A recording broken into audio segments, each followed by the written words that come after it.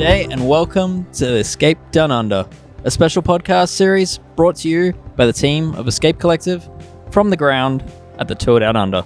I'm Dave Rome, and in today's episode we'll be discussing the events of the Women's Tour Down Under and what it may reveal for the World Tour races still to come. Joining me again is Gracie Elvin, a commentator for the Tour Down Under and a regular voice on Escape's own Wheel Talk podcast. Gracie, welcome. Hey, good to be here. Also returning is Escape Collective's managing editor and my bunk buddy, Matt Neef. Welcome, Matt. That was our special secret, mate. Who gets top bunk? Dave gets top bunk. No, good to be back. Thanks for having me back. A lot to discuss tonight. 2 big stages to talk about. Looking forward to it. Okay, so this is episode 2 of many of the Escape Down Under podcast still to come. The first episode covered the first stage. Gracie, before we get to the excitement of today, can you give a quick recap of what happened in stage 2? Okay, you're testing my memory. It just goes straight out after I don't need it anymore. No, it was a really good stage, starting in Glenelg at the seaside, which is really nice. We had a really good crowd to warm up the riders' motivations, I guess. Bit of tram tracks to negotiate. No one came down, which is always good. But yeah, up long way kind of up the hills in towards Stirling, and they had a couple of 2.5 laps around a pretty tough circuit. I've raced this circuit before. It's harder than it looks on TV. Again, dead roads, so kind of difficult surfaces that make your legs feel a bit crap, but it's a lot of up and down, heaps of winding corners. It's not straight or flat ever. Yeah. So it's quite technical for the riders, but we were expecting it to be more aggressive. I think actually the pace was quite high, and it just was quite difficult for a lot of attacks to get away. The main attack of the day was from the national team. That was from Emily Watts, and she was awarded most combative, which was great, and she actually got a really good gap on the peloton in that final lap, but she got reeled back in, and it's quite a long drag uphill the last few K to the finish line. It really suits not pure sprinters, not pure climbers, just those real punchers. And we were looking at Grace Brown, who's won there before, but it was her teammate, Cecilia Ludwig, who powered away. She didn't let anyone jump her early. She jumped quite early for that kind of finish and won it convincingly. There was deceiving, as you said, there's quite a lot of climbing in that stage too. I heard 2,000 meters. Does that sound about right? Yeah, it was about 2,000 meters overall for the day, and it was only 104K of racing. So, yeah, that's quite a lot of climbing in a short distance. Yeah, okay. And, a bit of a surprise from FDJ there. Well, surprise in the sense that they'd gone into the stage racing for Grace Brown, the defending champion.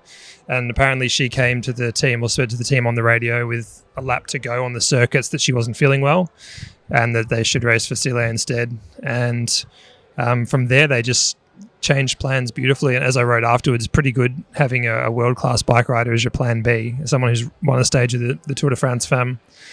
And just watching how she played that finale was just so impressive. Such a pro in how she positioned herself, while other riders were really fighting for position. She was just always in the right spot.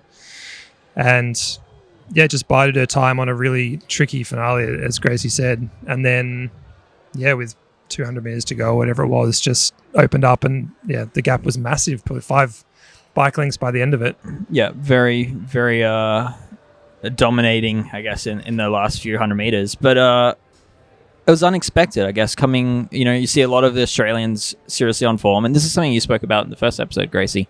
But Matt, I guess you weren't so surprised to see Cecilia in such form. Can you talk a bit about her preparations in the shores of Australia? Yeah, that's right. So a lot of her teammates and most of the peloton here really only rocked up to the race, within a week of it starting, and maybe had a few days to acclimatise and get into the right time zone. Celia had been out here since December, just before Christmas. Her partner, Miles Scottson, is from here. She's been out here having Christmas with his family and training on the roads here, and that meant she had some really good form coming into the Tour Down Under. And because she's starting her season a bit earlier and targeting it meant that she was doing intensity training earlier, which she said after the stage, which gave her a bit of a leg up. It also helps that she's just a world-class bike rider, and I think we talked about her as a possible option for stage 2 anyway, but yeah, the fact that she was preparing for it certainly helped. Okay, so at the close of stage 2, Cecilia was in the ochre jersey. What was the gap like?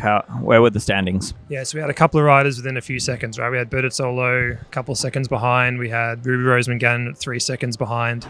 Both of those two in contention as a result of bonus seconds picked up on the first 2 stages. And then there was a group of riders 10 seconds back that included the GC favourites. So like Sarah Gigante, who we're going to talk about, obviously, like Ruth Edwards, and a bunch of other riders who thought they were with a shot for the final stage. So I think it was nicely poised, wasn't it, coming into today's stage? Yeah, it really was, actually. We could have seen it go either way, and I love that a lot of the riders were fighting for bonus seconds for every single stage, so that really kept the excitement of the racing. So I think that is a really important part of this stage race. I really like bonification seconds when it matters, so I think that's been a really cool feature of this race. But yeah, as you said, it was a really interesting top 30, I guess, all within striking distance. Not that top 30 could win, but like there were some really good names dotted through that list, and it was a bit of a will they, won't they coming into the final stage. I just want to mention quickly about Emily Watts, who Gracie touched on before. There was a lovely moment in the paddock afterwards, after the stage, where she's finished the stage. She got caught, obviously, and her move didn't succeed. But she's riding back through the paddock to meet her team, and they're like, "What are you doing here? You shouldn't be here. You should be on the podium." And she's like, "What are you talking about?" And they're like, "Oh, you've won most combative." And she's just screamed out, "Did I? Oh my God, wow!" And she just couldn't contain her excitement. She's a very excitable figure and a very energetic, bubbly person. Always fun to interview. But just seeing how much that meant to her, it was just really cool, I thought. There's riders and teams are here with different goals, and for the national team, it's those opportunities to show themselves and to be part of the race, and they did that, and Emily did that, and it was really cool to see that she was excited by that. It was cool. Yeah, definitely. And I believe that she's on a Conti level team for the year, but she's not on a World Tour team, so that kind of showing, despite not getting a top result, I think is super important. And yeah, she does have some great enthusiasm, so I enjoy when we get to interview her. Yeah, and Cecilia as well, like being her usual self on the podium on the end of stage 2, bit of karaoke for the crowds. Yeah, she's always good value. She was actually a little bit muted in her post-race interview with the written press anyway. Also with me at the end of the really? race. Yeah, I was trying to squeeze it out of her. I was just surprised that she wasn't super G'd like she can be. I guess she's maybe just got those bigger goals in mind, and this is just a small thing along the way. But yeah, okay. I think also because I was right there when she was having a Fanta and all the teammates were coming in and they were all hugging and really happy for the win, and Grace Brown came in and the first thing she says was thank you so much. And you could see they were having a bit of a conversation, and you've mentioned like they were riding for Grace that day and they had to change plans. So I think in that situation, I don't know, I think been in similar circumstances, you don't want to overhype the win in a way because you almost feel bad for your teammate.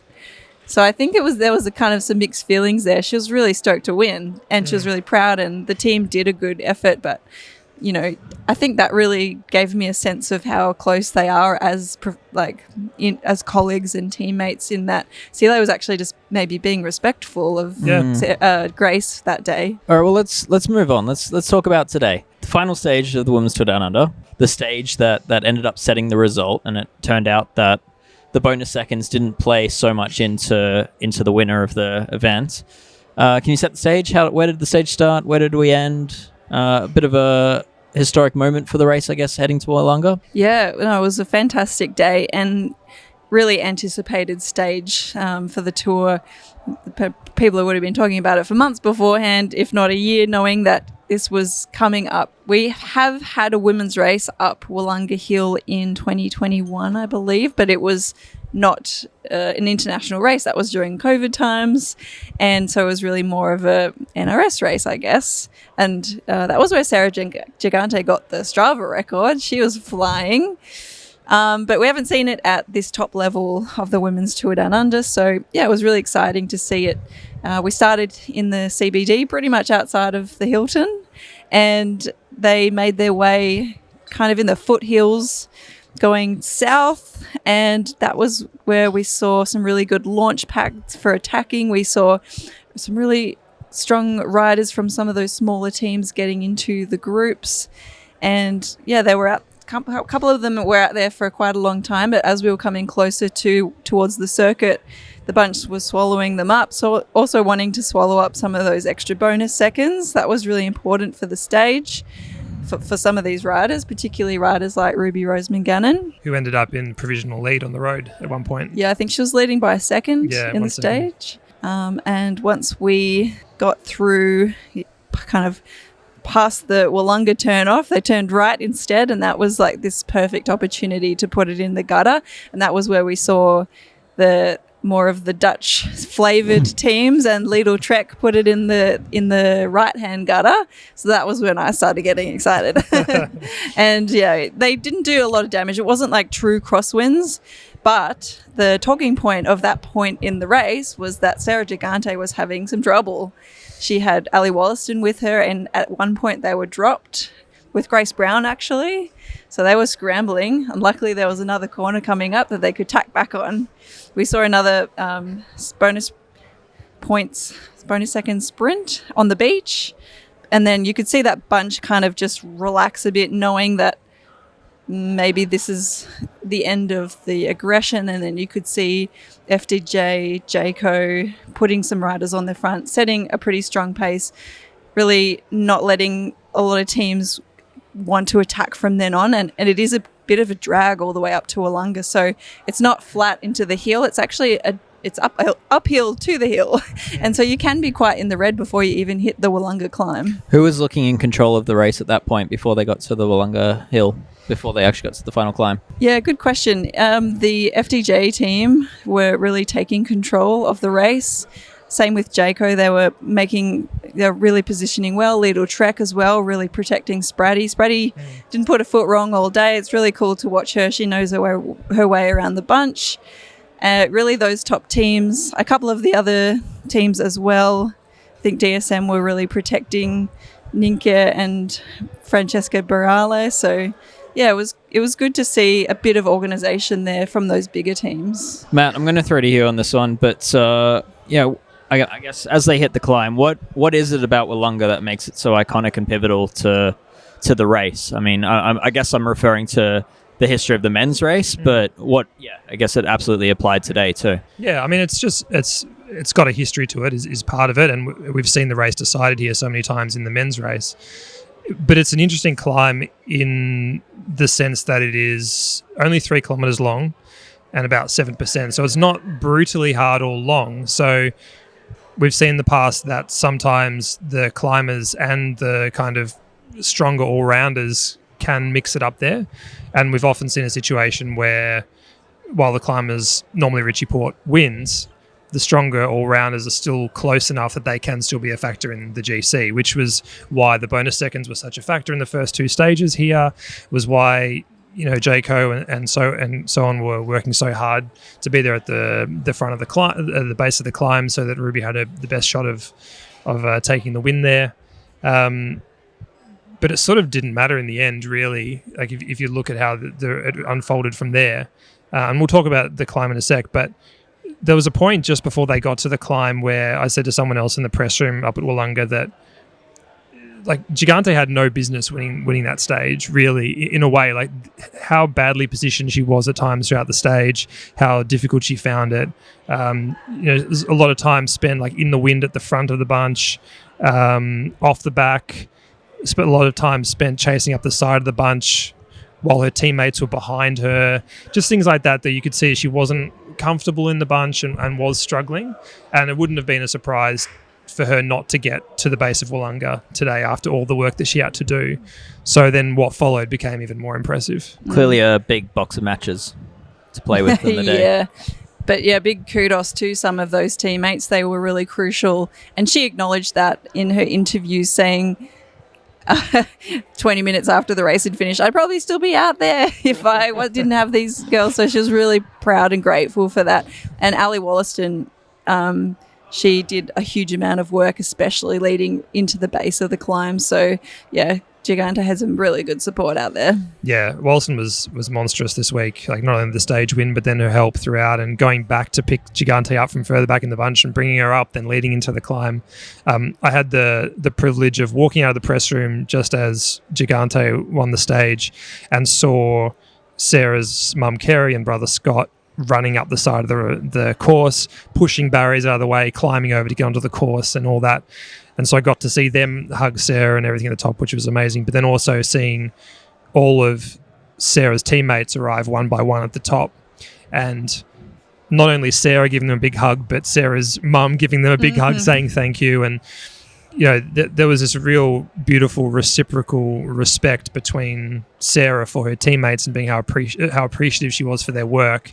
But then also her teammates back to her, talking about how proud they were of her. And it was beautiful, really, in that moment. And, you know, as we'll come to, it's the end of there's been a lot of stuff in Gigante's way in the last 2 years. So even as recent as last week, things weren't going her way. So yeah, you could definitely see the relief of crossing that line, things actually happening. Yeah, that Nationals time trial that she had, where she'd spent a lot of hours on the time trial bike. It was her big focus coming into January, was to be good in the Aussie Time Trial Championships, presumably to put her hand up for Paris, I imagine, at least partially, and then had a mechanical on the start line, had to ride the time trial on an old road bike belonging to her previous team, which was devastating for her.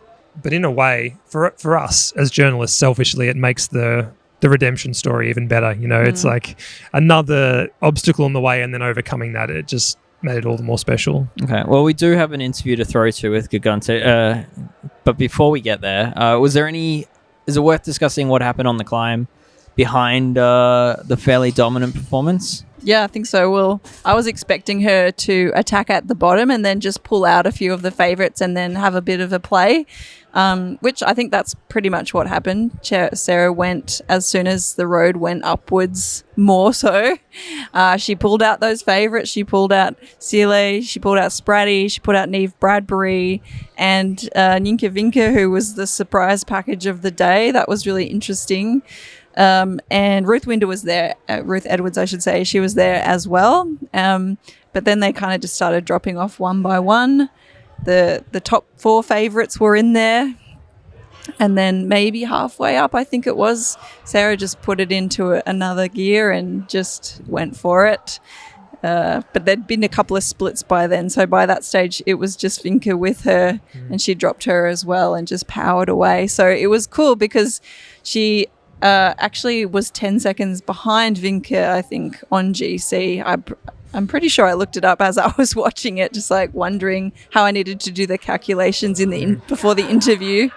So she needed to beat her by nearly 10 seconds, I think. Am I wrong? I think she might have been on the same time. Because I think Gigante was in that 10-second group behind. No, yeah, you're right. Yeah, it was...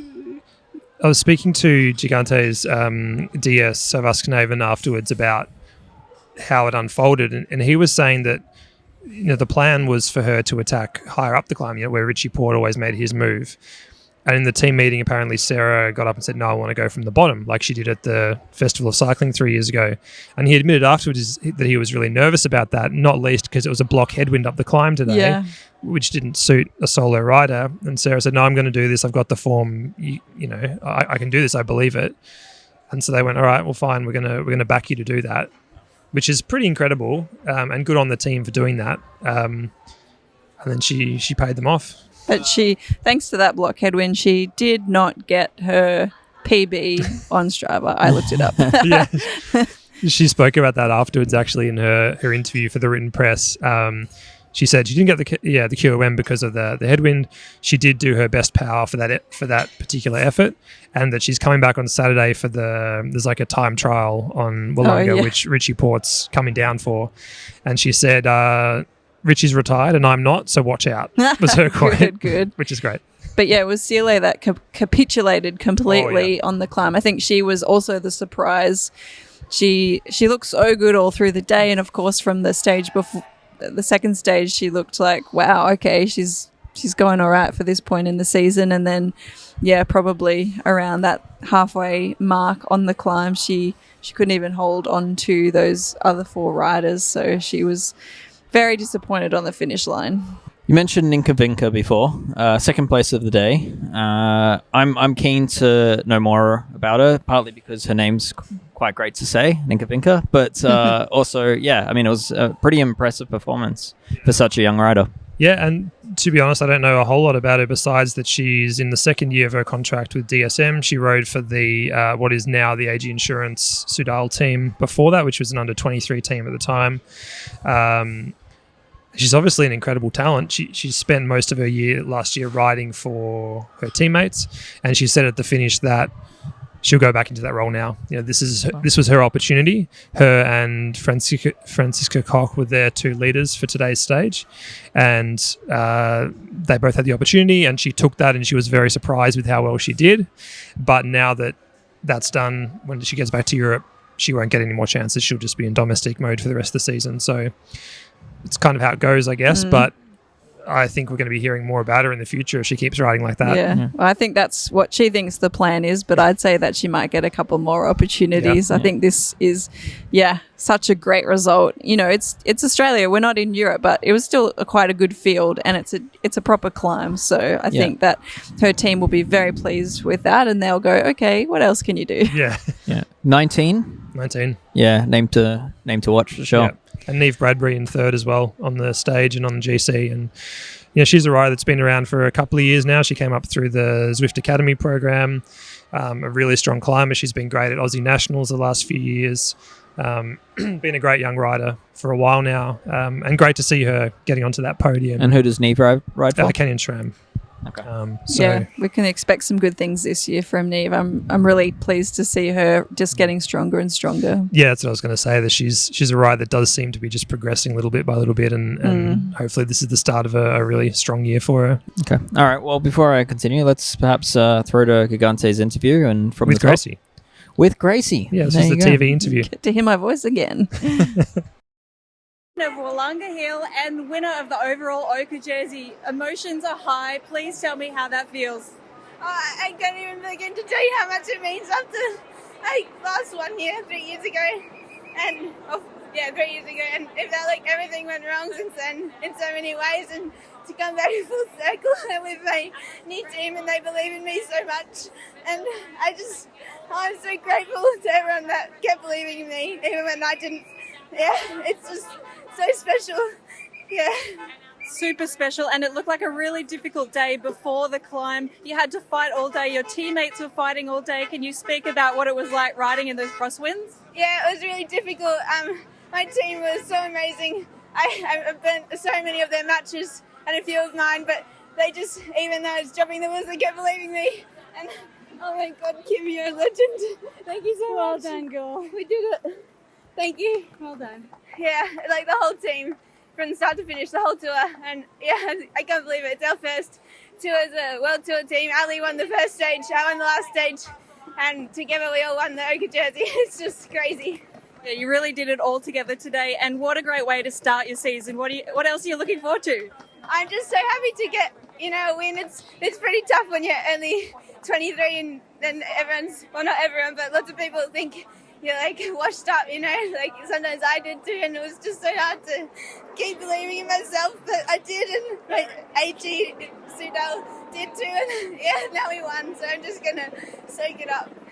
You really deserve it all, Sarah. Well done, and have a fantastic afternoon with all your loved ones and teammates. Yeah, thank you. It's so special. My mum and my brother are here. My brother lives in America, but he came over for Christmas, and then he even booked a ticket to Adelaide. He's flying out tomorrow.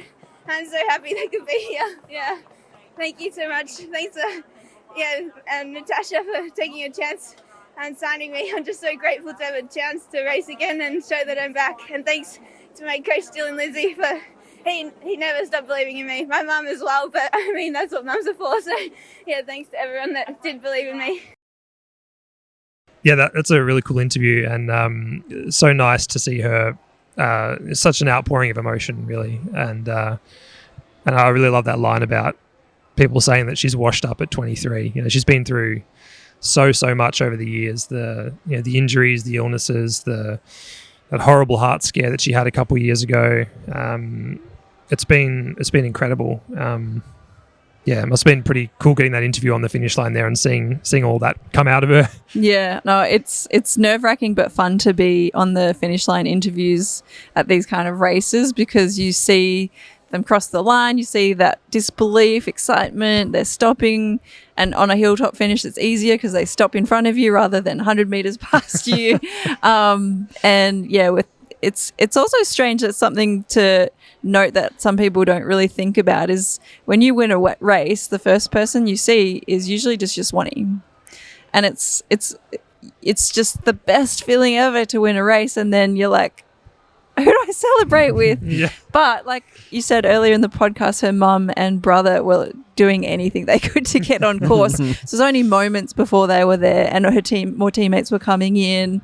So, your relationship with your staff is really good. So it's pretty cool to celebrate with your swanee. Not saying that that's a bad thing, but it's a strange moment to do one of the biggest results ever and something that you've really been working towards, and not have people around straight away. And the rest of us, people like me, just standing there like, I can't touch her yet. Like, I just want to let her have her moment, but I also need to interview her. Yeah. But great. She was awesome in that interview. She gave us so much, and she really was so thankful to so many people. I really love when people do that as well. Yeah, to her credit, she's always been a rider that's been really appreciative for the support of those around her. And we love to hear that. And she singled out her mum and her brother. There's photos from when she was in hospital in Girona with her heart issues, and her brother flew over from the States in COVID times to come and be with her, and her mum's been there every step of the way, and she's got a really good support network around her, and I think she's needed that over the last couple of years. She's had a really rough trot, and it's so nice to see her now with the new team, and it really does feel like a fresh start to her. And she was saying afterwards, it doesn't feel like she's a new rider on AG Insurance Soudal. It feels like she's coming home. Well, she's at home. And, wow. And that's such a cool thing for her. And I'm just really happy for her. She's a great athlete, and one that I personally and a lot of people have come to really respect throughout her journey as someone so tenacious and so willing to keep fighting. Yeah, she thanked the team manager for taking a chance on her, and she's paid them back on the first race of the year or second race of the year. So good investment. Money's well spent. Yeah, absolutely. The Tour Down Under has been a race of new names and young racers, and in many cases, can we talk a bit about some of the continental riders that sort of animated the race? Where were the most impressive rides there over the last 3 days? Bridge Lane, we talked about them in the first stage with Matilda Reynolds, certainly. Gina Ricciardo was very good. I think she was away on a couple of stages. So they were always in amongst it. They were in a couple of moves today as well. The national team, while they're not a continental team, they were still very active, as we talked about earlier. ARA, Skip Capital as well, they were up there today. Lucy Phidias was up there. Was in the last break of the day, just before the second sprint point, where Ruby Roseman Gannon rolled over the line and took the maximum bonus seconds there. So, I think for a lot of those younger riders, those continental riders, as Gracie alluded to before, this is a really good opportunity for them to race against World Tour opposition, to show themselves in front of World Tour opposition, and hopefully, maybe secure a bigger ride down the track. And I think anybody that works for a continental team managers, whoever it might be, if somebody leaves your team to move to a bigger team because of their results, that's what the team exists for, right? That's what you want to do. So we definitely saw some good performances this week, and I'm sure we'll see the same again at Cadell's race next week. I guess one takeaway from the race is super exciting 3 days of racing, but it kind of felt like things were just warming up and the excitement was only building. I mean, Gracie, what do you think about the length of the race at the moment? Oh, yeah, I think it's been the most notable this year that it was only 3 days. So, look, I don't have a bad word to say about the Tour Down Under and the race organisation. I think that they have done, and we talked about this on the previous podcasts, they've done really well to build up this women's race. It takes a ton of money to run this race from all angles, the police, the broadcast, they're paying the airfares of all of the international teams to come out, all the rooms at the Hilton, like they're providing support for big teams to be here. That's, in my mind, one of the top priorities. They're doing that. They've got equal prize money, which is also, in my mind, not the most important thing, but I think that's still showing faith and support of women's racing. And yeah, I think like they do everything well. It's one of the best managed, safest, well-run races so far. So I think that's the only thing missing now, is just to extend it, and that would be the next step. And talking to Neddy and Carly and Stewie O'Grady, who are the race directors here, that's also their goal in the future. I'm not sure if it'll happen next year, but I know it's coming very soon. Okay. Yeah, every time they're asked about that, Neddy in particular has been saying we have big plans and there are a lot of things they want to do, and they know the people want to see it grow, and they want to see it grow as well, but it is just a stepwise process. And yeah, as Gracie mentioned, as we've talked about, they have been doing an amazing job, and I'm sure that'll only continue. Do we think the stages are long enough? Are they okay for this time of year? Yeah, I was watching the Channel 7 news yesterday after stage 2, and they repeatedly said the longest stage of the women's race, it was only 104 kilometres, and I was like, with the neutral. Is it really the longest? No, they typically do have shorter stages here, and that's not a bad thing. It's really hot often. It's the start of the season. I don't think they need to be 150k stages. I think anywhere from what they're doing now, maybe up to 130, 140 would be okay. So I don't think that that's a huge factor, but I think a lot of the Europeans don't mind that they're only like 100k stages. But the 100k is also a little bit deceiving. Like stage 2, as you said, it was dead roads, 2,000 meters of climbing. Yeah, I mean, that's not an easy 100k. So, but certainly, I think an extra day would be welcome by everyone at this point. Yeah, it used to be 4 days until quite recently, I think, but until COVID time. So that'd be great to get back to that. I mean, personally, I'd love the race to keep going. I would much rather continue covering the women's race than start the men's, if I'm perfectly honest. But you're ready to go home now, aren't you, Matt? That's right, I'm done.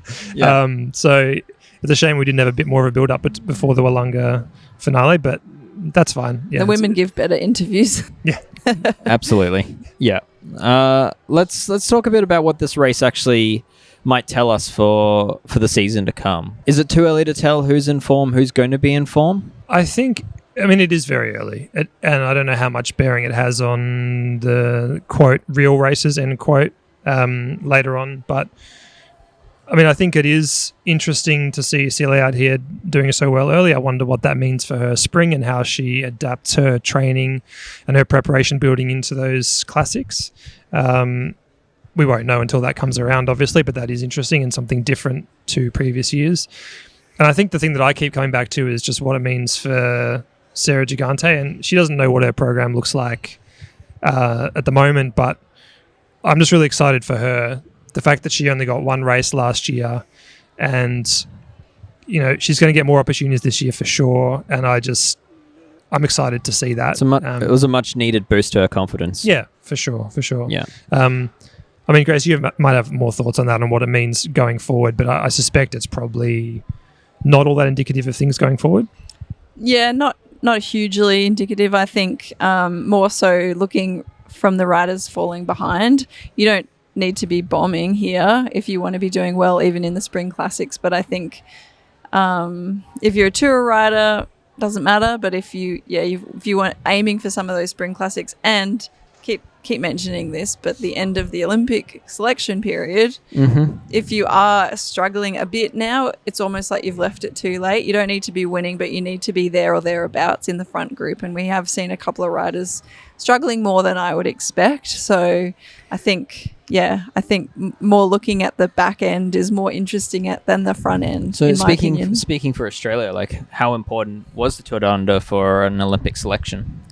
Well, I'm pretty sure that we cannot earn any more spots in the team. So we've only got 3 places for the women's team, and that won't change now. So it's more about securing a qualification spot. So I'm pretty sure that today, winning a World Tour stage race, Gigante will qualify to be selected. It doesn't mean that she is automatically selected, but she's qualified. So I think her and Grace Brown are the only 2 that actually have a result that will officially qualify them to be considered to be selected. Interesting. So there's a chance here where the course might be ideally suited to other Australian riders, and those other Australian riders may not even qualify to be selected. Is that Ultimately, they'll probably have to go down to the discretionary selection for that third spot. Right. They also could chuck in a track rider. So the quotas in the Olympics is a whole other conversation, but they could, worst case scenario, they could take Grace Brown for the time trial in the road race, maybe Sarah Gigante just because she qualified, also because she's a good rider. But they might go, well, we want to keep our quotas. Actually, we want to take another track rider, want to take another sprinter, we want to take another endurance rider, because cycling is given a quota, not each category. So they might take another track rider and go, you can start the road race, you don't have to finish it, and that is where it's shitty. okay? Yeah. we've So seen let's hope in- that doesn't happen. Yeah, we saw that in Rio, I think, with the Scott Bowden raced in the men's road race. I'm pretty sure. Yeah. From mountain biking, a similar Yeah. kind of thing. Yeah. I mean, we do have good track races that could also be good in the road race, right? Yeah, Like, yeah. you could have Alex Manley or Georgia Baker, for example. Yeah, and that would be fine. Yeah. It just means, it sometimes feels unfair if you're a 100% dedicated roadie and you don't Gotcha. get that opportunity. I wanted to touch more on AG Insurance Sudal. We've talked a bit about them, and I think we talked about them the other day too, but they were just so impressive. The way they got behind Sarah, obviously, but first race as a World Tour team, and they were one of the best teams here, if not the best team here. They just rode so well as a team, and I was really impressed by that, and I think that bodes really well going forward. 100% agree on that one. I think I'm looking forward to seeing some of these other, not the big, whatever, big 5, big 10 teams. It's nice to see these other ones really snipping at the heels of these bigger teams. How do you think Jayco will look back on this week? I think that they had their work cut out for them for overall GC. So I think it'll be a bit disappointing to not be on the final podium. But I think that was a tougher goal to have. Not unrealistic, but tougher. But I think that they'll be more disappointed that they didn't get stage wins. I think that would have been really valuable to them and very much achievable. So they just fell just a little bit short. And especially after such a successful nationals, I think that high just didn't quite continue onwards. I was maybe expecting Ella Wiley to be closer to the front today. I don't know, maybe early in the season she's got bigger goals ahead, or maybe I was just overestimating where she would be. But Yeah, it's hard to know. hard to know. So many factors. I was also really impressed with UAE. I thought they were really good, particularly with the bonus sprints. I thought the combination of Bertozzolo, and I'm definitely going to butcher this name, but Dominika Waterchik, I thought they were very, very good in the bonus sprints, getting bonus seconds. And in the end, Bertozzolo wasn't able to turn that into a very high placing on GC, but they traded off really well, the two of them, throughout the week. I thought. Yeah, they did work really well as a team. It would have been very frustrating for everyone else needing the bonus seconds on those sprints, but they had their own goals, so they did well on that. Every year that I'm away from cycling, you just notice more and more young riders, but it seems at the moment we're seeing a new wave of young talent coming through, and we're speaking about Ninka Vinker and then some of those slightly older riders, Neef Bradbury, and it's just... yeah, it's cool to see a new generation coming through and what they're capable of, and also just their maturity of how they can ride in a bunch. All right. Well, it was 3 days of racing. I encourage you to visit escapecollective.com. Matt's been furiously working away to bring some pretty great coverage. So you've got Have you some read my things. stories, Dave? What's that? Have you read my stories, Dave? I've read some of them. Thank you very much. I think it's jump over to escapecollective.com if you want to know more about what happened on each stage. But for now, I want to know, Gracie, you've ridden the tour a few times. You spent a lot of time in Adelaide. For some people listening to this, maybe on their way to Adelaide or into the city in the next few weeks, what's the go-to cafe that'll quickly turn to shit by mentioning it here? No, I don't know. I haven't been much out of the Hilton, which is quite sad. But man, there's some really good coffee, great food in Adelaide. I know that Argos in Norwood is a very popular spot. But that's kind of old news now. I'm not sure of the new trendy cafe. I think that's when you're going to have to go on the Discord channel, because that's where the true fans are. What Skate a plug. Collective, yep. Our readers and fans on the Wheel Talk stream, at least, they know more than I do. And I reckon that's the same goes for the coffee. Okay. All right. Well, yeah, there is definitely plenty of coffee spots, unless you're in the city on a Sunday. Oh, yeah. At which case you should be on your bike and leaving the city. Well, they call it the city of churches, so I think they take their day of rest here very seriously. There was like hardly anyone at the start today. That's true. That was kind of disappointing. Yeah, I'm gluten free, and let's just say I did not have lunch as a result of that. So there was nowhere for lunch today for me. So anyway, it's leave the city on a Sunday and you'll have a great day.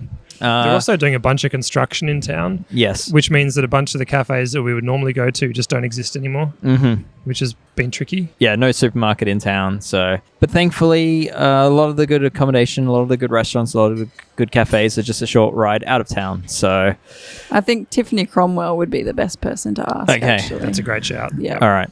Good recommendation. What's coming up over the next week? Well, for the women's peloton, there is the Down Under Criterium on Thursday night, I want to say, which is just out of Victoria Park, which is a local motor racing circuit that's used for local crits. It's not a UCI sanctioned event, I don't believe, so it's not a huge deal, but I think most of the bunch is going to be there. Is that right? Yeah, I think so. So another thing that I'm pretty sure that the Tour Down Under race organisation also arranges for the women's team, because the gap between the women's tour here and Cadell's race is much bigger than for the men. They will move out of the Hilton. They'll go stay in some more appropriate accommodation outside, better training areas, and that's great that they have that support as well to stay between races. So most teams, I assume, will be at that criterium.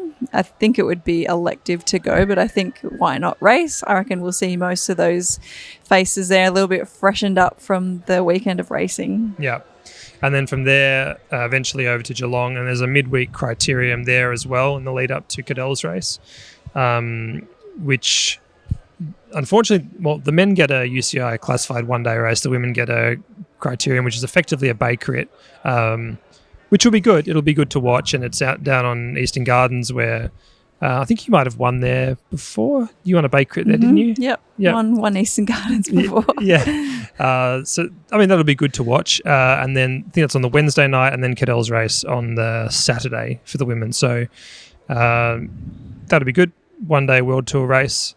And then that'll basically be it for the Australian leg of the Women's World Tour, and then it'll be off to UAE Tour, I guess, after that. That'll be it. And then hop, skip, and a jump back to Europe. Yeah. That's when the oversized baggage carousel of Adelaide gets absolutely flogged. So, yeah, don't be trying to travel with a musical instrument or a surfboard or golf clubs in that week. What else is coming up? Well, we've got the men's TDU. Obviously, that's we had the curtain raiser criterium last night, which was kind of interesting. A break stayed away there, which is pretty unusual. And then the TDU proper for the men starts on Tuesday with 6 stages, finishing with Willunga on stage 5 and then Lofty Summit on stage 6. So, yeah, that's going to be interesting as well. As I said, I'd rather the women's race was longer, but I'm sure I'll get into it as the week goes on. Okay. All right. Should we wrap it up there then? Okay. All right. Well, that was our second episode of the Escape Down Under podcast, brought to you by Escape Collective. As with all of our content, this podcast is made wholly and solely through the support of our subscribers and members. If you enjoyed this podcast, I encourage you to check out more of what we do over at escapecollective.com and supporting what we do. We'll be back in a few days with more from the Tour Down Under. Cheers. Thanks, Gracie. Thanks, Matt. Thanks. Thank you.